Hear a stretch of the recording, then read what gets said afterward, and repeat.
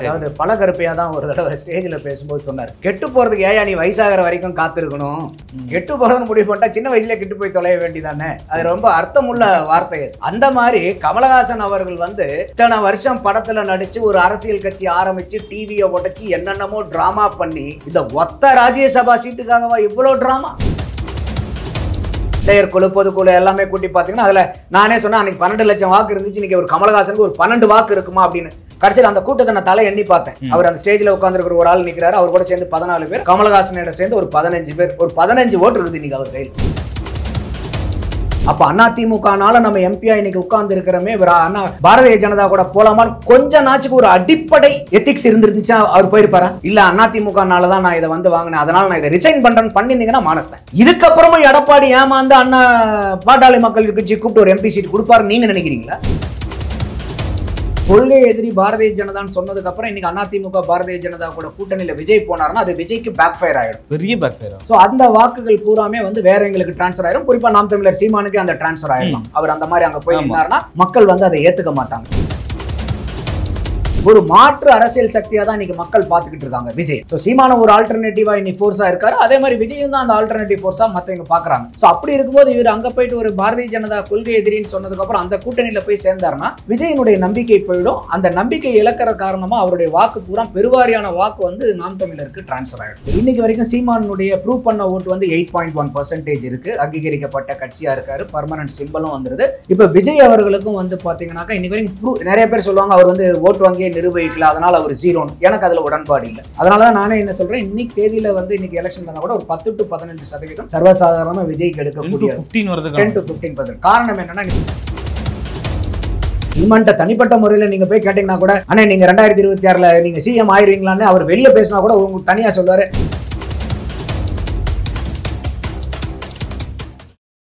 வள்ளுவம் தொலைக்காட்சி நேயர்களுக்கு வணக்கம். அரசியல் பேசு நிகழ்ச்சிக்கு உங்களை வரவேற்பதில் மகிழ்ச்சி. இன்று நம்மோடு இணைந்திருக்கிறார் அரசியல் திறனாய்வாளர் நந்தகுமார் அவர்கள். சார் வணக்கம் சார். வணக்கம் ரவி. நல்லா இருக்கீங்களா சார்?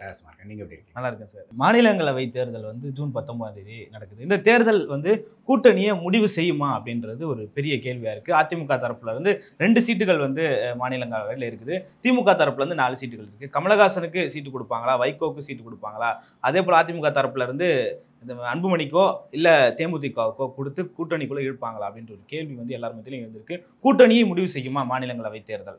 இல்லை, இப்போ ஏற்கனவே திமுக வந்து அனௌன்ஸ் பண்ணிட்டாங்க, 3 பேருக்கு அனௌன்ஸ் பண்ணிட்டாங்க. அதில் ஏற்கனவே வந்து கமலஹாசன் வந்துட்டாரு, வைகோக்கு ஏற்கனவே அல்வா கொடுத்தாச்சு, அல்வாலாம் ரெடியாக பேக் பண்ணி எல்லாமே பெரிய அல்வாவே கொடுத்து அனுப்பிச்சிட்டாங்க. வைகோக்கு கிடையாது. ஸோ அவங்க வந்து கமலஹாசன் கட்சியை விட்டு வெளியாளு. அவர் வந்து பாவம் இந்த ஒத்த எம்பி சீட்டுக்காக தான் இத்தனை வருஷம் அரசியல். அதாவது பல கருப்பையாக தான் ஒரு தடவை ஸ்டேஜில் பேசும்போது சொன்னார், கெட்டு போகிறதுக்கு ஏயா நீ வயசாகிற வரைக்கும் காத்திருக்கணும், கெட்டு போகிறதுன்னு முடிவு பண்ணிட்டா சின்ன வயசுல கெட்டு போய் தொலைய வேண்டியதானே அப்படிங்கிற மாதிரி ஒரு பேசியிருப்பார். அது ரொம்ப அர்த்தமுள்ள வார்த்தை அது. அந்த மாதிரி கமலஹாசன் அவர்கள் வந்து இத்தனை வருஷம் படத்துல நடிச்சு ஒரு அரசியல் கட்சி ஆரம்பிச்சு டிவியை உடைச்சு என்னென்னமோ டிராமா பண்ணி இந்த ஒத்த ராஜ்யசபா சீட்டுக்காகவா இவ்வளவு டிராமா? அப்ப இந்த ஒத்த ராஜ்யசபா சீட்டை வந்து நீங்க முதல்லயே போயிட்டு நீங்க ஒரு திமுக கட்டையோ அண்ணா திமுக கட்டையோ எந்த கட்சிக்கிட்ட கேட்டிருந்தாலும் உங்களுக்கு அந்த ஒத்த எம்பி சீட் கொடுத்துருப்பாங்களே. ஏன்னா இன்னைக்கு வந்து நம்மளோட இந்திய நாட்டில் வந்து பாத்தீங்கன்னா ஒரு 250 ராஜ்யசபா சீட் இருக்கு, அதுல 245 ஃபில் பண்றாங்க. இதுல வந்து மாநிலங்களுக்குன்னு சொல்லிட்டு இருக்கக்கூடிய அந்த சீட்டு போக 233 சீட்டு போக மீதி 12 சீட்டு வந்து ஆர்ட், லிட்ரேச்சர், ஸ்போர்ட்ஸ் இந்த மாதிரி இருக்கக்கூடியது. அதனால தான் இப்போ இளையராஜாவும் அவர்களும் அந்த மாதிரி எம்பி ஆகுறாரு, சச்சின் டெண்டுல்கர் அந்த மாதிரி ஸ்போர்ட்ஸ் மேன்லாம் அவங்க ஆனதெல்லாம். அந்த மாதிரி கூட நீங்க உங்களுக்கு ஒரு எம்பி வாங்கியிருக்கலாமே. இதுக்கு ஒரு கட்சி ஆரம்பிச்சு மக்களை நம்ப வச்சு 12 லட்சம் வாக்கு வாங்கி பல பேர் இவர்களுக்காக போயிட்டு ஐயோ இந்த மாதிரி ஒரு மாற்று அரசியல் வருதுன்னு சொல்லிட்டு அவருக்காக போய் பேசி எவ்வளோ அசிங்கப்பட்டு இன்னைக்கு அவருக்காக பேசின அத்தனை மக்கள் இன்னைக்கு அசிங்கப்பட்டு நிற்கிறாங்க. 4% ஓட்டு வாங்கினாங்க. சற்றேறக்குறைய அந்த அளவுக்கு வந்தாங்க. போன எலெக்ஷன்ல 2021 12 லட்சம் வாக்கு. இப்போ அவங்க வந்து இதை தீர்மானம் போட்டிருக்காங்க. இப்போ நான் இதுல செயற்குழு பொதுக்குழு எல்லாமே கூட்டி பார்த்தீங்கன்னா அதுல நானே சொன்னேன், அன்னைக்கு 12 லட்சம் வாக்கு இருந்துச்சு, இன்னைக்கு ஒரு கமலஹாசனுக்கு ஒரு 12 வாக்கு இருக்குமா அப்படின்னு. கடைசியில் அந்த கூட்டத்தை நான் தலை எண்ணி பார்த்தேன். அவர் அந்த ஸ்டேஜ்ல உட்காந்துருக்கிற ஒரு ஆள் நிற்கிறாரு, அவர் கூட சேர்ந்து 14 பேர், கமலஹாசனோட சேர்ந்து ஒரு 15 பேர், ஒரு 15 ஓட்டு இருக்குது இன்னைக்கு அவர் கையில். அப்படிதான் நான் பாக்குறேன். 15 ஓட்டுக்கு ஒரு எம்பி சீட் தராங்களா? அந்த மாதிரி வந்து இன்னைக்கு போயிட்டு ஒரு கட்சியில போய் நீங்க திமுகல கரைச்சு விட்டு ஒரு ஒத்த எம்பி சீட்டுக்காக இவ்வளவு. அதனாலதான் அவரு பலகருப்பையா சொன்ன டைலாக் எனக்கு ஞாபகம் வருது, கெட்டு போகணும்னு முடிவு நீங்க திமுகல போய் ஒத்த ராஜ்யசபா சீட்டு வாங்குறதுக்கா இவ்வளவு டிராமா. அப்போ இந்த ஒத்த சீட்டு வந்து கமலஹாசனுக்கு போயிருச்சுன்னு வச்சுங்க. மீதி 3 சீட் வந்து பார்த்தீங்கன்னா வில்சன் அவர்கள், அப்புறம் கவிஞர் சல்மான் ஒருத்தங்க இருக்காங்க, அப்புறம் ஒருத்தருக்கு ஒரு 3 பேருக்கு அனௌன்ஸ் பண்ணிட்டாங்க. ஸோ இது வந்து திமுக வைகோ அவர்களுக்கு வந்து பெரிய அல்வாவா கொடுத்துட்டாங்க. இது காரணம் என்னன்னு கேட்டீங்கன்னா, யாருக்கிட்டையும் நீங்க போய் அடி பண்ணிறதுக்கு ஒரு அளவு இருக்கு. மதிமுக எதுக்காக ஆரம்பிக்கப்பட்ட கட்சி? திமுகக்கு எதிராக ஆரம்பிச்சு, குறிப்பா யாருக்கு எதிராக? ஸ்டாலினுக்கு எதிராக. ஸ்டாலினுக்கு எதிராக எவ்வளோ விமர்சனங்கள், எவ்வளோ வசைபாடல்கள், அத்தனையும் பண்ணிட்டு அதே வைகோ என்ன சொன்னாரு, ஸ்டாலினை முதல்வராக்காம நான் விடமாட்டேன், எந்த கண்டிஷன் எனக்கு கிடையாது, அவரை முதல்வராக்கிறதுக்கு மட்டும்தான் என்னுடைய இந்த ஜென்மமே. அவர் வைகோ பிறந்ததே ஸ்டாலின் அவர்களை முதல்வராக்கிறதுக்கு தான். அந்த அளவுக்கு நீங்க வந்து அடிபணிஞ்சு போறீங்கன்னா உங்களுக்கு எப்படிங்க எம்பி சீட் கொடுப்பாங்க? இது கூட்டணி கட்சிகள் பூரா எச்சரிக்கையா கவனிக்கணும். ஒரு அளவுக்கு மேல நீங்க அங்க போயிட்டு சரண்டர் ஆனீங்கன்னா இதுதான் நிலைமை. இன்னைக்கு வைகோக்கு வந்த நிலைமை இன்னைக்கு கூட்டணியில் இருக்கக்கூடிய பல கட்சிகள் அதை நோக்கி பயணிச்சுக்கிட்டு இருக்குங்கிறது என்னுடைய பார்வை. கூட்டணி கட்சியா இருங்க, அந்த கட்சியினுடைய அங்கமா மாறிடாதீங்க. இப்போ இன்னைக்கு மதிமுகன்னு ஒன்று இருக்கா? அப்போ இந்த அளவுக்கு நீங்க அங்க திமுக கூட்டணியில போய் நீங்க அடிபணிஞ்சு போகும்போது எதுக்கு சார் உங்களுக்கு எம்பி சீட் கொடுக்கணும்? திமுக என்ன அந்த அளவுக்கு வந்து அறிவில்லாதவர்களா? எத்தனை பேர்த்த பார்த்துருக்காங்க. அப்போ உங்களுக்கு என்ன, இனி ஒரு வாய்ப்பும் கிடையாது, இவங்க எப்படியா இருந்தாலும் நம்ம கிட்ட தான் விழுந்து கிடக்கணும். அப்போ இவங்களுக்கு எதுக்கு ஒரு எம்பி சீட்டு? திமுகக்காக பாடுபடுறவங்களுக்கு அந்த ஒரு எம்பி சீட்டு கொடுக்கலாம் தானே எந்த கட்சியா இருந்தாலும் நினைக்கும். அதைத்தான் திமுக மேல தப்பே நான் சொல்ல மாட்டேன். தவறுகள் பூரா வைகோ மேல. ஏன்னா அந்த அளவுக்கு நீங்க அடிபணிச்சு போயிட்டீங்க அங்க. அப்ப இவர் கட்சியில் இன்னைக்கு அப்ப என்ன அர்த்தம்? இன்னைக்கு கூட்டணி விட்டு வெளியே போனீங்கனாலும் உங்களால நோ யூஸ் அப்படின்னு அவங்க முடிவு பண்ணியிருக்காங்கன்னு அர்த்தம். இல்ல இப்படி பண்ணுனா கூட இவங்க நம்ம கிட்ட தான் இருப்பாங்க, நம்மளை விட்டு போக மாட்டாங்க, போறதுக்கு வந்து இவங்களுக்கு வேற வழியே கிடையாது. அப்போ இந்த நிலைமை அந்த கூட்டணியில் இருக்கக்கூடிய வேற கட்சிகளுக்கும் வர்றதுக்கு நாட்கள் எண்ணப்பட்டு கொண்டிருக்கிறது. அப்ப அதுல நீங்க சூதானமா இருந்து நீங்க எதுக்கு அடிபணிஞ்சு போகணுமோ அதுக்கு அடிபணிஞ்சு போகணும், எதுக்கு கேள்வி கேட்டு திடகாத்திரமா நெஞ்ச நிமித்தி நிக்கணுமோ அதுக்கு நிக்கணும் கூட்டணி கட்சிகள். இன்னைக்கு அந்த கூட்டணி கட்சிகள் அந்த மாதிரி இருக்கிற மாதிரி தெரியல. இது வந்து திமுக கொடுத்த சரியான ஒரு பாடம்னு தான் நான் பார்க்குறேன்.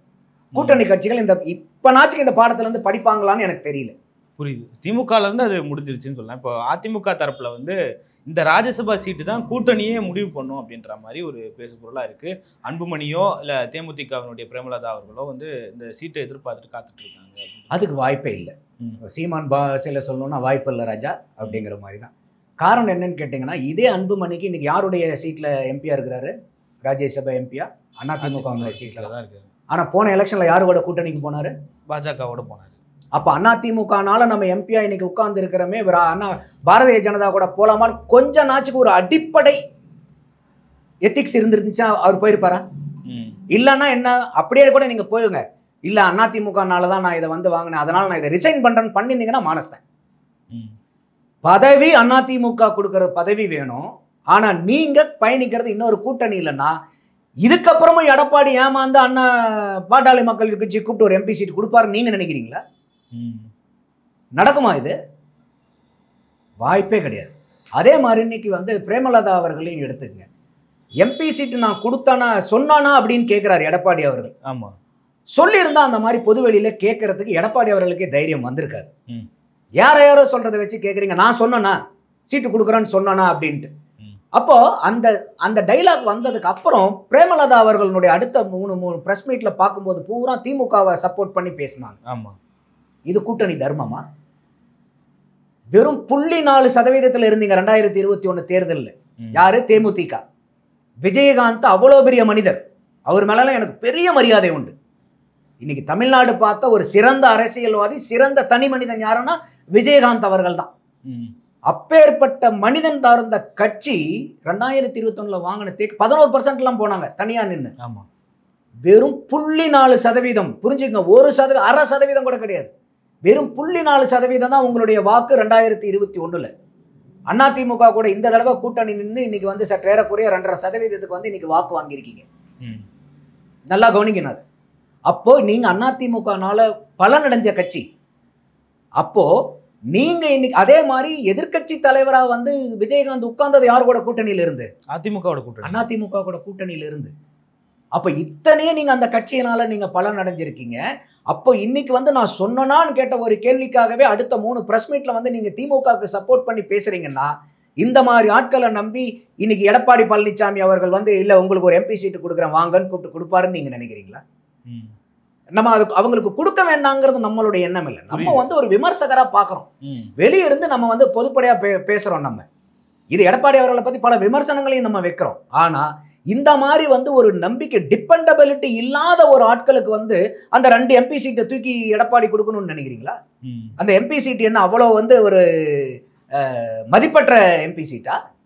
அப்ப அந்த 2 எம்பி சீட்டை இன்னைக்கு அதிமுக கஷ்டப்பட்டு இருக்கக்கூடிய அந்த கட்சியில் இருக்கக்கூடிய மூத்த நிர்வாகிகளுக்கோ ஒரு அடிப்படை தொண்டனுக்கோ கொடுத்தா அந்த கட்சி வளர்ச்சிக்காக எவ்வளவு கஷ்டப்படுவாங்க அவங்க.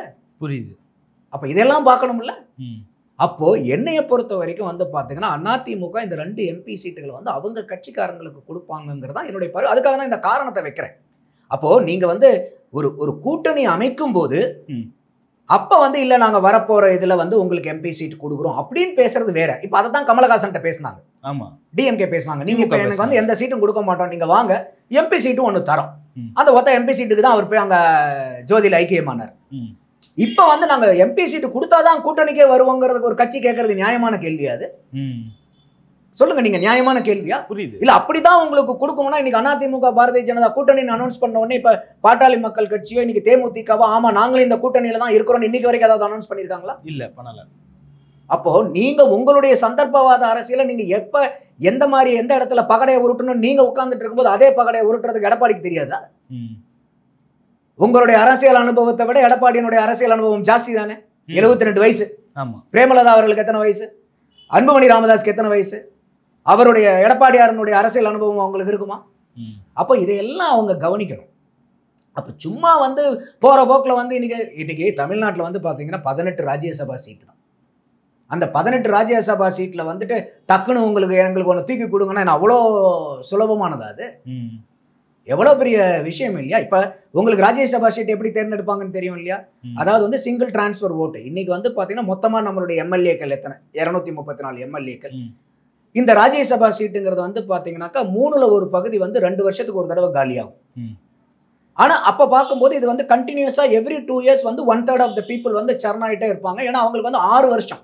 இப்ப லோக்சபால போறவங்களுக்கு கூட 5 வருஷம் தான். ராஜ்யசபா எம்பிக்கு 6 வருஷம். அப்ப அவங்கள 2 வருஷத்துக்கு ஒரு தடவை சர்ன் பண்ணிட்டே இருப்பாங்க. அது அந்த ராஜ்யசபாங்கிறது பர்மனன்ட் ஹவுஸ், எப்பயுமே அந்த எண்ணிக்கையில இருந்துகிட்டே இருப்பாங்க. அப்ப அந்த மாதிரி வரும்போது இன்னைக்கு 234ன்னா ஒவ்வொரு மாநிலத்துக்கும் இப்ப நம்மளுடைய எம்எல்ஏக்கள் எத்தனை? ஏன்னா இது நேயர்களும் தெரிஞ்சுக்கணும். 234னா மேல 234 வகுத்தல் இன்னைக்கு எத்தனை சீட்டு காலியாகுது? 6 சீட்டு காலியாகுது. அப்ப 6 + 1 அப்ப 7ஆல வகுப்பாங்க. எத்தனை சீட்டு காலியோ அது கூட 1 சேர்த்துவாங்க. அப்ப 234 × 7 அது என்ன சீட்டு நம்பர் வருதோ அது கூட 1. இப்ப உதாரணத்துக்கு நேயர்களுக்காகவே நம்ம சொல்லலாமே. இப்ப வந்து பாத்தீங்கன்னாக்கா இன்னைக்கு வந்து 234 சீட்டு இல்லையா? நம்ம கால்குலேட் பண்ணி சொல்லுவோம். 234 சீட்டு வகுத்தல் 6 + 1 7 அப்படிங்கும்போது 33.42 எம்எல்ஏக்களுடைய வாக்கு வேணும். ஃபார்முலா என்னன்னா MLA number divided by vacancy of Rajya Sabha MP +1. அது என்ன பதிலோ அது கூட மறுபடியும் +1 போடணும். அப்ப இந்த +1 போட்டா 34 எம்எல்ஏக்கள் இருக்கணும். அப்ப 34 எம்எல்ஏக்கள் இன்னைக்கு தேதியில இருக்கிறவங்களுக்கு ஒரு எம்பி சீட்டு கிடைக்கும். இப்ப உடனே வந்து பாட்டாளி மக்கள் கட்சிக்கும் தேமுதிக கொடுத்துறதா இதை ஒரு சீட்டு? யோசிச்சு பாருங்க. அப்ப இன்னைக்கு வந்து அவங்க 4 சீட்டு திமுக அந்த கெப்பாசிட்டி இருக்கு கொடுக்குறாங்க. 2 சீட்டு வந்து அதிமுக. அப்ப இது வந்து பாத்தீங்கன்னா 34 போது 68 பேர். இந்த 68 பேருக்கு கூட இன்னும் 2 சீட்டு வந்து அவங்க பாரதிய ஜனதாவை வேற யாரோ சப்போர்ட் பண்ணணும். ஆமா. ஸோ அப்போ இந்த மாதிரி இருக்கும்போது இவ்வளோ வேல்யூபிள் சீட் ராஜ்யசபா சீட் இது வந்து என்னமோ சும்மா வந்து இந்த கடைக்கு போயிட்டு கருவேப்பிலை இது எல்லாம் காய்கறியெல்லாம் வாங்கின உடனே இந்த கருவேப்பிலையை உடச்சி சும்மா கொடுப்பாங்க பாருங்க. நிறைய பேர் இன்னைக்கு அரசியல் நினைச்சிட்டு இருக்கீங்கன்னா இந்த வந்து கருவேப்பிலை போல இருக்குது ராஜ்யசபா எம்பி சீட்டு நினைச்சிட்டு இருக்காங்க. ரொம்ப ரொம்ப பவர்ஃபுல் சீட் அது. அது வந்து முக்கியமான ஆட்கள் வந்து யாராவது வந்து தேர்தலில் ஜெயிக்கு தோக்கிறதுக்கு வாய்ப்பாயிருச்சு. ஆனால் அவங்க வந்து கட்டாயம் வந்து மந்திரி சபையில் இருந்தாகணும், அவர்களுடைய அறிவாற்றலையும் அவர்களுடைய அனுபவத்தையும் பயன்படுத்தணும்னா அதை இந்த ராஜ்யசபா சீட்டு அங்க கொடுப்பாங்க. அதுக்கு தான் அந்த சீட்டு. அப்படிதான் வரலாற்றுல கொடுக்கப்பட்டிருக்குதான். இது வந்து சும்மா வந்து கடைக்கு போயிட்டு காய்கறி வாங்குறவங்களுக்கு கருவேப்பிலையை உடைச்சு சும்மா கொடுக்குற மாதிரி இல்லை. இவங்க நிறைய பேர் நினைச்சுக்கிட்டாங்க இது வந்து கருவேப்பிலை கொத்தமல்லி தலை மாதிரி ராஜ்யசபா சீட்டுன்ட்டு. அப்போ இது வந்து என்னுடைய பார்வையில நான் சொல்றேன், எடப்பாடியார் அவர்கள் வந்து அவருடைய கட்சியை வந்து திடப்படுத்துறதுக்கு இந்த 2 எம்பி சீட்டை பயன்படுத்துவாருன்னு தான் நான் பாக்குறேன். ஆனா இன்னொரு பக்கம் வந்து சொல்றாங்க பாஜகவுக்கு ஒரு சீட் வந்து கொடுக்கும். இல்ல, பாஜகவுக்கு கொடுக்கறதுக்கு வாய்ப்பு இல்லை. ஏன்னா எந்த இடத்துலயுமே வந்து பாஜக இன்னைக்கு வரைக்கும் எங்களுக்கு இந்த சீட்டு வந்து ஒரு ராஜ்யசபா சீட்டு வேணும்னு அவங்க கேட்கல. ஏன்னா அதெல்லாம் வந்து அவங்க கூட்டணியில பேசும்போது அந்த தர்மம் நியாய தர்மம்லாம் அவங்களுக்கு தெரியும். அப்ப இன்னைக்கு வந்து ஒருத்தர் இன்னைக்கு யாரை கொண்டு வருவாங்கன்னு நினைக்கிறீங்க நீங்க? அண்ணாமலைக்கு இப்ப அண்ணாமலையை கொண்டு வரதுன்னா, இப்ப அண்ணாமலை வந்து எடப்பாடியினுடைய சப்போர்ட்ல வந்து ராஜ்யசபா எம்பி ஆகணும்னு அண்ணாமலை நினைப்பாரா? விரும்ப மாட்டாரு. அப்ப அதுக்கு வாய்ப்பே இல்லை. அப்படி அண்ணாமலையை கொண்டு வரணும்னாக்கா அவங்க வந்து வேற எந்த ரூட்ல வேணா கொண்டு வரலாம். எத்தனையோ மாநிலங்கள் 13-14 மாநிலத்தில் ஆழ்ந்துட்டு இருக்காங்க.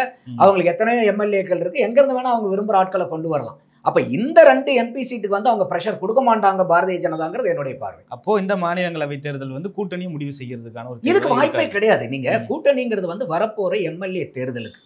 அப்போ இன்னைக்கு வந்து அன்புமணி ராமதாஸ் அவர்கள் வந்து என்னுடைய பார்வையில நான் சொல்றேன், போன 2021 எலெக்ஷன்லயும் அவங்க அதிமுக கூட நின்று இருந்தாங்கன்னா பாரதிய ஜனதாவோட போகாம, ஏன்னா அவர் ஒரு எம்பி சீட்டு கொடுத்தாங்க, அதனால இன்னைக்கு அந்த தேர்தலையும் அவங்களோட இருந்திருந்தாங்கன்னா இன்னைக்கு அன்புமணி ராமதாஸ் சீட்டு வெக்கேட் ஆகும்போது திருப்பி அதே சீட்டை வந்து பாட்டாளி மக்கள் கட்சி கொடுக்கறதுக்கு வாய்ப்பு இருக்கு. இல்லாம இல்லை. அது எப்ப வாய்ப்பு இருக்குன்னா நீங்க கூட்டணியில் இருந்திருந்தீங்கன்னா. ஆனா இங்க எம்பி சீட்டை வாங்கிட்டு நீங்க பாரதிய ஜனதா கூட கூட்டணி போறத அதிமுக எப்படி பார்க்கும்? அந்த கட்சி தொண்டர்கள் தலைவர்கள் எப்படி பார்ப்பாங்க? அதை புரியுது. அப்ப அவங்களுக்கு திருப்பி நீங்க கொடுத்தீங்கன்னா அப்ப நீங்க மக்களுக்கும் அந்த கட்சிக்காக வேலை செய்யறவங்களுக்கு நீங்க என்ன மெசேஜ் கொடுக்குறீங்கன்னு மக்கள் பார்ப்பாங்க. ஸோ அதனால வந்து எடப்பாடி அவர்கள் இதில் ரொம்ப கேர்ஃபுல்லாக தான் ஹேண்டில் பண்ணுவாருன்னு நான் பார்க்குறேன். புரியுது. கிட்டத்தட்ட வந்து இந்த 4 முனை போட்டின்றது எப்போதும் உறுதி செய்யப்பட்டது அப்படின்னு சொல்றாங்க. ஆனாலும் விஜய் தரப்புல இருந்து ஒரு முறையும் வந்து சொல்றாங்க நாங்க வந்து பாஜகவோடு கூட்டணி இல்லை, அதிமுகவோடு கூட்டணி இல்லைன்னு சொல்றாங்க.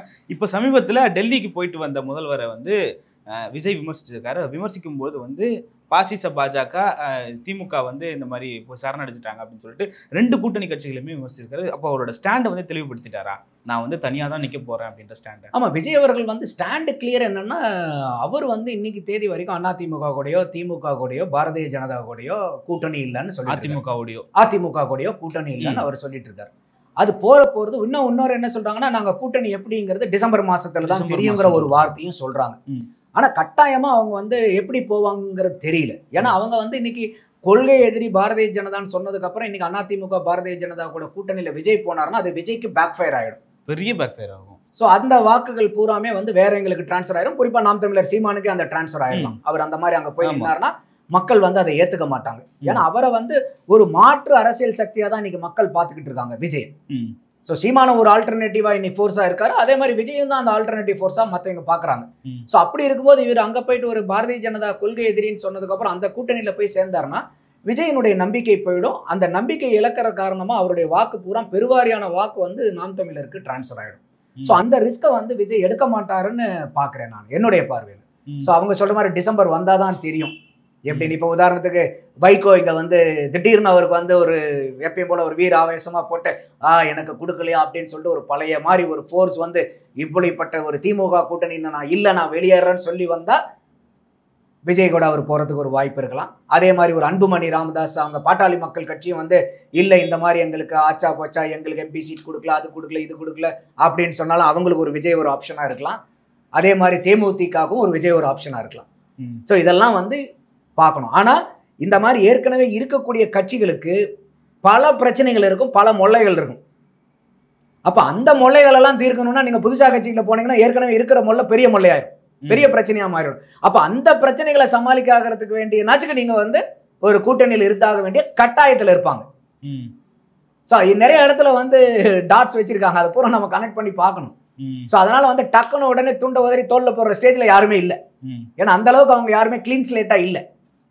ஸோ அந்த மாதிரி பார்க்கும்போது விஜய் பக்கம் இவங்க போவாங்களாங்கிறதும் ஒரு சந்தேகக்குறி தான், சந்தேகமாக தான் இருக்கு. அப்போ விஜய் தனியாக நிற்கிறதுக்கான வாய்ப்புகள் அதிகமாக இருக்குன்னு சொல்லிட்டு நம்ம எடுத்துக்கலாம். ஆமாம், இன்னைக்கு தேதிக்கு அளவில் அவர் தனியாக தான் இருக்காரு. வேற யாரும் பெருசாக போகிறவங்க இல்லை. ஒரே ஒரு அந்த முஸ்தபாங்கிற ஒரு பேர் இது பண்ணியிருக்காங்க. அதே மாதிரி ஜல்லிக்கட்டு இளைஞர்களால் உருவாக்கப்பட்ட தமிழ்நாடு இளைஞர் கட்சி வந்து அவங்களோட பயணிச்சுக்கிட்டு இருக்காங்க. ஸோ அதனால அவங்களும் வந்து ஒரு கூட்டணி கட்சியாக அங்கே இருக்காங்க. அவங்களுக்காக தான் நிறைய இடத்துல பேசிக்கிட்டு இருக்காங்க அவருக்கு சப்போர்ட்டா. ஸோ அதனால அவங்களையும் பார்க்க முடியுது. இன்னைக்கு தேதியில் அந்த 2 பேர் தான் அவங்களோட இருக்கிற மாதிரி தெரியுது. மற்ற கட்சிகள் வந்து அவங்க சொல்ற மாதிரி ஒரு டிசம்பர் காலகட்டம் நவரத்தான் நமக்கு எப்படி நகருங்கிறத நம்மளால பார்க்க இந்த பக்கம் தாவேகா பக்கம் வந்து கூட்டணி கட்சிகள் வருமா அப்படின்றது வந்து ஒரு சந்தேகமா இருக்கு. ஆனா நாம் தமிழர் வந்து கூட்டணி எங்களுக்கு வேண்டான்ற மாதிரி ஜூன் இறுதிக்குள்ள நான் வந்து 234 வேட்பாளரை நான் அறிவிச்சிருவேன் அப்படின்னு சொல்லிட்டு சீமான் சொல்லியிருக்காரு. இப்போ தனிச்சு நிக்கிற நாம் தமிழர் கூட்டணிக்காக காத்திருக்கிற தாவேகா, இது எப்படி பாக்குறீங்க? இல்ல இன்னைக்கு வந்து சீமான் அவர்களுடைய அரசியல் விளையாட்டு வேற, விஜய் வந்து அரசியல் விளையாட்டு வேற. சீமான் வந்து எனக்கு எலெக்ஷன்ல ஜெயிக்கணுங்கிற ஆசை இல்லைன்னு சொல்றாரு, அது அவருடைய விருப்பம். ஆனா இன்னைக்கு ஒரு விஜய் வராருன்னா நம்ம அரசியல்ல ஜெயிக்கணும், நம்ம நின்று சீட்டு வாங்கணும், ஜெயிக்கணும், பதவிக்கு வரணுங்கிற ஒரு ஆசை இருக்குது. அப்படி இருக்கும்போது இன்னைக்கு ஒரு கூட்டணி அமைக்கிறது அமைக்காததை வந்து நம்ம, அதாவது சரியான கூட்டணியா அவங்க சேரலாம்னா வேணா கிரிட்டிசைஸ் பண்ணலாமே ஒழிய ஒரு கூட்டணின்னு ஒரு அமையறதுனாலே அதை மோசம்னு சொல்லிட முடியாது. நீங்க கூட்டணி வேணான்றீங்க, ஓகே, அது உங்களுடைய விருப்பம். அவர் ஒரு கூட்டணி கட்சியை முயற்சி பண்றாரு, அது அவருடைய விருப்பம். கடைசியில நீங்க 2 பேரும் தான் மக்கள்கிட்ட போய் கேட்க போறீங்க, மக்கள் தானே முடிவு பண்ண போறாங்க ஜனநாயகத்துல. அப்ப மக்கள் தீர்ப்பு எப்படி வருதுன்னு தான் நம்ம பார்க்கணும். இல்ல அப்படி தனிச்சு அவர் நிக்கிறதுனாலயோ இவர் கூட்டணியா நிக்கிறதுனாலயோ இவங்க 2 பேருக்கான இந்த செகண்ட் தேர்ட் பொசிஷனுக்காக தான் வந்து போறாங்கன்றது நமக்கு தெரியுது. இதுல வந்து எது அந்த இடத்துக்கு போய் ரீச் ஆகும் அப்படின்னு சொல்லிட்டு தான். இல்ல இப்ப விஜய் வந்து உதாரணத்துக்கு வந்து அதிமுக கூட்டணிக்கு போறாருன்னு வச்சுக்கோங்க, அதிமுக பாரதிய ஜனதா கூட்டணி, அப்ப வந்து சீமானுக்கு பெரிய அட்வான்டேஜா மாறிடும். ஏன்னா அந்த ட்ரஸ்ட் வர்த்தியை வந்து விஜய் லூஸ் பண்ணிடுவாரு, அதனால சீமான் வந்து he will gain. இப்ப அவர் வந்து அதிமுக பாரதிய ஜனதா கூட்டணிக்குள்ளார போகல. ஆனா அவர் வந்து பாத்தீங்கன்னாக்கா ஒரு இவர் நம்ம தேமுதிமுகவையோ இல்ல வந்து பாட்டாளி மக்கள் கட்சியோ அவங்களோட சேர்றாங்கன்னா Vijay will take greater upper hand. அப்ப வந்து பெரிய அளவுக்கு வந்து அங்க விஜய்க்கு வந்து வாக்கு சதவீதம் ஏகப்பட்டது கிடைக்கும். இப்ப நானே பல நேர்காணல்களில் சொல்லியிருக்கேன்னா இன்னைக்கு தேர்தலில் தனிப்பட்ட முறையாவே விஜய்க்கு ஒரு 10 to 15% வாக்கு வங்கி இருக்குதுங்கிறதா நம்மளுடைய அனுமானம். புரியுது. ஸோ இப்போ அந்த மாதிரி கூட்டு வந்து சேர்றாங்க அப்படின்னாக்கா, ஏன்னா பாட்டாளி மக்கள் கட்சி இன்னைக்கு வரைக்கும் ஆட்சியில் இருந்திருக்கா தமிழ்நாட்டில்? இல்ல. தேமுதிக ஆட்சியில் இருந்திருக்கா? இல்ல. அப்போ அவங்க 2 பேர்த்திலும் நம்ம எந்த ஊழல் குற்றச்சாட்டோ வேற எதையுமே சொல்ல முடியாது. அப்போ அவங்க 2 பேரும் இங்க வந்து சேரும்போது வலுவான கூட்டணியா மாறும். அது அவங்களுக்கு நிறைய எண்ணிக்கையில வந்து வாக்கு சதவீதத்தையும் கொடுக்கும், எம்எல்ஏக்களையும் கொடுக்கும் தான் நான் பாக்குறேன். ஒருவேளை இது ரெண்டுமே நடக்காம விஜய் தனிச்சு நிற்கிறாரு, சீமான் தனிச்சு நிற்கிறாருன்னா அப்போ என்ன விதமானது? இது வந்து ரெண்டுமே வந்து டஃப் ஃபைட்டாக தான் இருக்கும். இன்னைக்கு வரைக்கும் சீமானுடைய ப்ரூவ் பண்ண ஓட்டு வந்து 8.1% இருக்கு. அங்கீகரிக்கப்பட்ட கட்சியா இருக்காரு, பர்மனன்ட் சிம்பலும் வந்துருது. இப்போ விஜய் அவர்களுக்கும் வந்து பார்த்தீங்கன்னாக்கா இன்னைக்கு வரைக்கும் நிறைய பேர் சொல்லுவாங்க அவர் வந்து ஓட்டு வங்கியை நிரூபிக்கல, அதனால அவர் 0ன்னு. எனக்கு அதில் உடன்பாடு இல்லை. அதனால தான் நானே என்ன சொல்றேன், இன்னைக்கு தேதியில வந்து இன்னைக்கு எலெக்ஷன் இருந்தால் கூட ஒரு 10 to 15% சர்வசாதாரணமாக விஜய்க்கு எடுக்கக்கூடிய 10 to 15%. காரணம் என்னன்னா இன்னைக்கு வாக்காளர்கள் எவ்வளோ? 6.2 கோடி. இன்னைக்கு நம்ம தமிழ்நாட்டினுடைய வாக்கு சதவீதம் 75%. 70 to 75னா அதிகபட்சமே 75 எடுத்துக்கிறேன். அப்படி 75% நீங்க வாக்கு எடுக்குதுனாக்கா நீங்க பாருங்களேன், 6.2 கோடி பெருக்கல் 75%னா 4.65 கோடி வாக்காளர்கள் போடுறவங்க. அப்ப இதுல 10% வாங்கணும்னா 46 லட்சம் வாக்கு வாங்குனீங்கன்னாவே போதும். 15% நீங்க வாங்கணும்னா 69.4 லட்சம் வாக்கு வாங்குனீங்கன்னா போதும். 75% வாக்குப்பதிவு ஆச்சுன்னா நீங்க 69.4 லட்சம் வாக்கு வாங்குனீங்கன்னா விஜய் 15%. இதே வந்து நீங்க 80% வாக்குப்பதிவு ஆகுதுன்னு நினைச்சுக்கோங்க, நடக்குதுன்னு வச்சுக்கணும். ஐயா ரெண்டும் போறேன், பெருக்கல் 80%னா 4.96 கோடி வாக்காளர்கள். அப்போ இதுல 49,60,000 வாக்கு வாங்கினார்னா 10%, 74,40,000 வாக்கு வாங்கினார்னா 15%. அப்போ ஒரு 70லிருந்து 74.5 லட்சத்துக்குள்ளார அவர் வாக்கு வாங்கினார்னாவே 15% வாக்கு. இன்னைக்கு அவங்க கட்சியினுடைய ஆப்ல சற்றேறக்குறைய 1 கோடி பேர்த்துக்கு பக்கமா மெம்பர்ஷிப் ஓட்டர் ஐடியோட ரெஜிஸ்டர் ஆயிருக்காங்கன்றாங்க.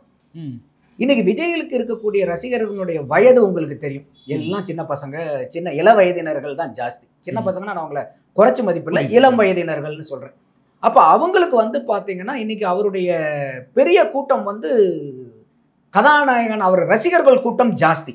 சரி, விஜய்க்கு கொள்கை என்ன எதுங்கிறதுலாம் அது மற்றது.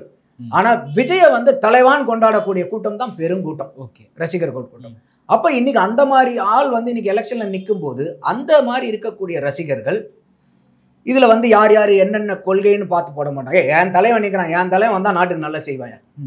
அதுதான் அந்த வார்த்தை தலைவான் வர்றதுக்கு காரணமே. ஒரு சாமானிய ஒரு நல்லா நடிக்கிற நடிகனை பார்த்து தலைவாங்கிற வார்த்தை வராது. பல பேர்த்த ரசிப்போம், ஆனா யாரோ ஒருத்தரை தான் தலைவனா எடுத்துப்போம், சினிமால கூட. அப்ப அந்த மாதிரி இன்னைக்கு விஜய் வந்து தலைவா அப்படின்னு கூப்பிடக்கூடிய ஆட்கள் ஏகப்பட்டார்கள். அவங்களுடைய ஓட்டு புறம் சாலிடா டிரான்ஸ்ஃபர் ஆகும். அப்ப அவங்க 1 கோடி பேர் வாக்காளர்கள் இருக்காங்கன்னு வச்சுக்கோங்க மெம்பர்ஷிப்ல. நமக்கு எவ்வளவு வேணும்? 15%க்கு 70 லட்சம். அப்ப 70% இந்த ஓட்டு கன்வர்ஷன் நடந்தா கூட 15% வாங்கிடுவார். நான் அதனால தான் நான் சொல்றேன், குறைஞ்சபட்சம் 10%, அதிகபட்சம் 15%. ஸோ 10 to 15% அவருக்கு எடுக்கிறதுக்கு நல்லாவே வாய்ப்பு இருக்கு இன்னைக்கு தேதியில. இனிமேல் வர காலகட்டங்களில் அவர் எந்த மாதிரி தேர்தல் நடவடிக்கைகள் எடுக்காரு, பிரச்சாரங்களை முன்னெடுக்கிறாரு, அதே மாதிரி பயணங்கள் போறன்றாங்க, அது எப்படி பயணங்கள் போறாங்க, என்ன மாதிரி வாக்குறுதிகளை கொண்டு வராங்க, என்ன மாதிரி கூட்டணி அவர் அமைக்கிறாரு, இதெல்லாம் வச்சு இது ஏறும். ஸோ அப்படிதான் நான் பார்க்குறேன். இது வந்து யாருக்குமே நமக்கு ஒரு தேவையா தேவையில்லாதவங்களா நம்ம நடுநிலைமையோடு இருந்து எல்லாத்தையும் பார்க்குறோம்.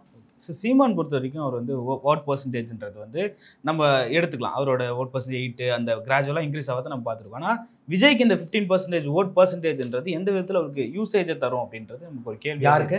விஜய்க்கு 15% ஓட்டு. இன்னைக்கு 2 பேருக்குமே, இன்னைக்கு சீமானுக்கு இப்போ உதாரணத்துக்கு வந்து இப்போ 8% இருக்காரு.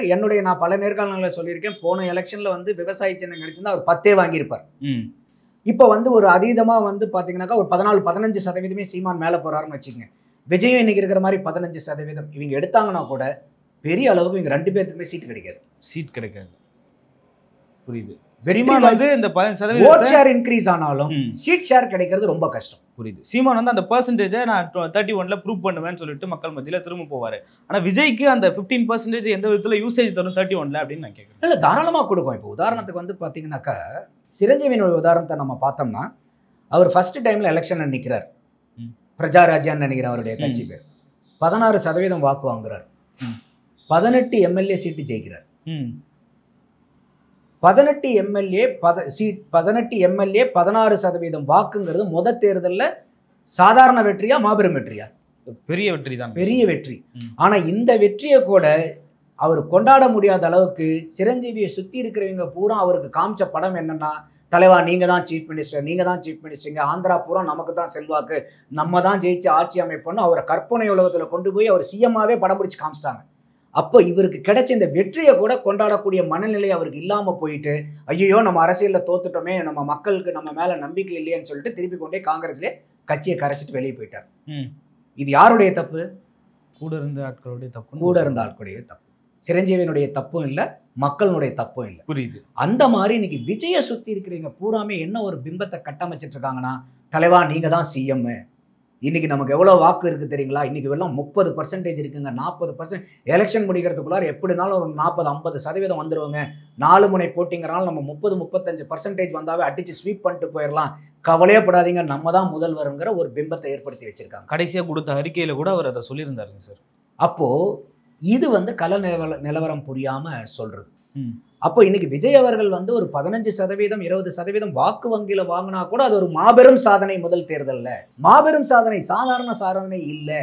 அப்போ அதை கூட ஒரு சாதனையா நினைக்கிற அளவுக்கு நீங்க விஜய்க்கு யதார்த்தத்தை சொல்லணும். அப்பதான் அவர் 2031ல திடகாத்திரமோட போக முடியும்.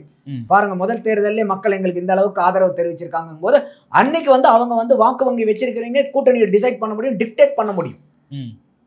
அப்ப கூட்டணிக்காகனே சில கட்சிகள் இருக்கு இல்லையா, அதிமுக திமுகவை தவிர மீதி எல்லாம் கூட்டணி கட்சிகள் தானே, நாம் தமிழர் கட்சியை தவிர மீதி எல்லாம் கூட்டணி போற கட்சிகள் தான். அப்ப அந்த கட்சிகள் எல்லாமே யோசிப்பாங்க யாரு கூட போலான்னு. அந்த மாதிரி நீங்க அவர் வந்து உண்மையை சொல்லி யதார்த்தத்தை சொல்லி நீங்க தயார் பண்ணணும். சீமான் அதை சரியா செய்யறாரு. சீமான்ட்ட தனிப்பட்ட முறையில் நீங்க போய் கேட்டீங்கன்னா கூட, அண்ணே நீங்க 2026ல நீங்க சிஎம் ஆயிருவீங்களான்னு அவர் வெளியே பேசினா கூட உங்களுக்கு தனியா சொல்லுவாரு. மனசாட்சிக்கு தெரியும் அவருக்கு ஆக முடியாதுன்னு, அங்க இருக்கிறவங்களுக்கு தெரியும். ஏன்னா அவங்களுடைய விளையாட்டு வந்து வாக்கு வங்கி அதிகப்படுத்திட்டு போறதும் அவங்களுடைய விளையாட்டு. அவரே என்ன கேள்வி கேட்கிறார், 5 சீட்டு 10 சீட்டு ஜெயிச்சு நான் என்ன பண்ண போறதுன்னு கேட்கிறார். ஆனா 5 சீட்டு 10 சீட்டு ஜெயிச்சா என்னென்னவோ பண்ணலாம், அது பண்ண முடியாதுங்கிறதெல்லாம் இல்லை. ஆனா அவர் அந்த மாதிரி ரெடி பண்ணி வைக்கிறார் ஆளுங்களை. அப்போ அவங்க பூராமே அதை வந்து சீமான் என்ன சொல்றாரோ அதை அவங்க நம்புறாங்க. அப்ப அந்த கூட்டமே, அவங்க பெருங்கூட்டம் என்ன நினைக்குதுன்னா, நாங்க 5 சீட்டு 10 சீட்டு போனீங்களா என்ன பண்றாங்க, அதெல்லாம் தேவையில்லை, நாங்க வந்தோம்னா டெல்லிக்கு ராஜாவா தான் வருவோங்கிற மாதிரி, நாங்க வந்தோம்னா சிஎம்ஆ சீட்ல உட்கார்ற அளவுக்கு அவங்களுக்கு அந்த அளவுக்கு பொறுமையும் தயார்படுத்தலையும் சீமான் செய்யறார் ஒரு தலைவரா. அது வரவேற்க தகுந்தது. ஆனா இந்த சைடு விஜய் சைடுல வந்து அந்த அளவுக்கு களத்தினுடைய யதார்த்தத்தை உண்மையை சொல்லி அவரை சுத்தி அந்த உண்மையை வந்து புரிய வைக்கணும். அப்ப வந்து நீங்க கேட்கற மாதிரி இன்னைக்கு ஒரு 15% வாங்கினா சூப்பர், அடுத்த 2031ல he can dictate terms. பெரிய இது 15% என்ன சாதாரண நினைச்சிட்டு இருக்கீங்களா? புரியுது. பெரிய வாக்கு சதவீதம் அது. புரியுது சார். இன்னைக்கு அதிமுக திமுக தவிர யார் இருக்காங்க? இன்னைக்கு பாரதிய ஜனதாவே 11 தான், காங்கிரஸ் 10 தான். இந்த 11க்கு மேல இருக்கிறது, 15க்கு மேல இருக்கிறது இந்த 2 கட்சிகள் தான் தமிழ்நாட்டில். திமுக அதிமுக அவ்வளவுதான், வேற யாரும் கிடையாது. அப்ப என்ன சாதாரண பர்சன்டேஜ் இது? ஸோ எக்ஸ்ட்ராடினரி பர்சன்டேஜ் அது. அப்ப இவங்க சும்மா வந்து இவங்க 3 தான் வாங்குவாரு, 4 தான் வாங்குவாரு, 10 வாங்குவாரு அப்படிங்கிறவங்க முதல்ல இந்த எண்ணிக்கை எத்தனை வாக்காளர்கள், எத்தனை சதவீதம் வாக்கு, அப்ப இதுல 5% எவ்வளவு, 10% எவ்வளவு, 15% எவ்வளோங்கிற இந்த நம்பர் கால்குலேஷன் கூட இல்லாம வாய்க்கு வந்ததை அடிச்சுடுவாங்க. நான் அதனாலதான் இன்னைக்கு நேயர்கள் புரிஞ்சுக்கிட்டுங்கிறதுக்காக தெளிவா ஸ்டெப் பை ஸ்டெப் நான் சொன்னது. புரியுது. ஏன்னா பாக்குறவங்களுக்கு ஒரு அந்த என்னங்கிறது முழு உண்மை தெரியணும் இல்லையா? ஆனா அந்த 15% கொண்டாடுற அளவுக்கு வந்து விஜயனுடைய அந்த கூட்டம் இல்லை அப்படின்னு சொல்லிட்டு. ஆமா, இன்னைக்கு தேதியில இல்லை. ஏன்னா ஒவ்வொருத்தரும் வெற்றியை நோக்கி தான் பயணிக்கணும், அதுல எனக்கு மாற்று கருத்து இல்லை. ஆனா நீங்க தலைமையில இருக்கிறவங்க, அந்த லீடர்ஷிப் டீம்ல இருக்கிறவங்க, அவங்க வந்து ஓகே இப்ப தேர்தல் என்ன 2021 முடிஞ்சது அவ்வளவுதான், நாட்டம் க்ளோஸா இல்ல, 31 இருக்கு, 36 இருக்கு. அப்ப அந்த மாதிரிலாம் கமலஹாசன் தயாராகாதனால தான், வந்தா உடனே சிஎம் ஆயிடுவான்னு சொன்னனால தான் இவருக்கு வந்து அந்த 3% 2.5% தாக்கு பிடிக்காம கொண்டு போய் திமுகவில் சரண்டர் ஆனது. இப்ப அந்த மாதிரி அவர் போய் கமலஹாசன் பண்ணது, இன்னைக்கு சினிமா துறையிலேருந்து வேற யார் அரசியலுக்கு நல்ல நோக்கத்தோட வந்தாலும் இவர் அடுத்த கமலஹாசன் ஆயிடுவாரோன்னு மக்கள் பார்க்குற அளவுக்கு இன்னைக்கு சினிமால இருந்து அரசியலுக்கு வர மேல ஒரு பெரிய அவநம்பிக்கை ஏற்படுத்தின ஒரு பெரிய சிறப்பு யாருக்குன்னா கமலஹாசன் ஐயாவுக்கு. அந்த அளவுக்கு அவர் வந்து மற்றவங்க மேலே நம்பிக்கை இல்லாத அளவுக்கு பண்ணிட்டு, அவர் மேல நம்பிக்கை இருந்ததை விடுங்க, அவர் யாரும் இன்னைக்கு வந்து அரசியல்ல வந்து அவரை நம்ப மாட்டாங்க, பொதுமக்கள் குறிப்பா. இன்னைக்கு அவர் மேல இருக்கக்கூடிய அவநம்பிக்கையை இன்னைக்கு வேற ஒரு சினிமா துறையிலிருந்து ஒரு அரசியலுக்கு வரக்கூடியவங்க மேல இவருனால மற்றவங்க மேல அவநம்பிக்கை வர அளவுக்கு இவர் பெரிய ஒரு தவறு செஞ்சுட்டு போயிருக்காருன்னு தான் நான் பார்க்குறேன். என்னுடைய பர்சனல், அவரை வந்து நடிகரா எனக்கு ரொம்ப பிடிக்கும். அவர் மாதிரி இன்னைக்கு வந்து ஒரு கலைஞன் வந்து இந்தியாவில் கிடையாது, உலகத்திலே இல்லைன்னு கூட சொல்லலாம். ஆனா அரசியலை பொறுத்த வரைக்கும் அந்த மாதிரி விஜய் தயாராயிட்டு இருக்காரு அப்படின்னு இல்ல, அந்த மாதிரி ஆயிடக்கூடாது. நீங்க கள நிலவரத்தை சொல்லுங்க அவருக்கு, என்ன யதார்த்தன்னு. ஒரு 15-20% வந்தாவே ஒரு மாபெரும் அச்சீவ்மெண்ட்.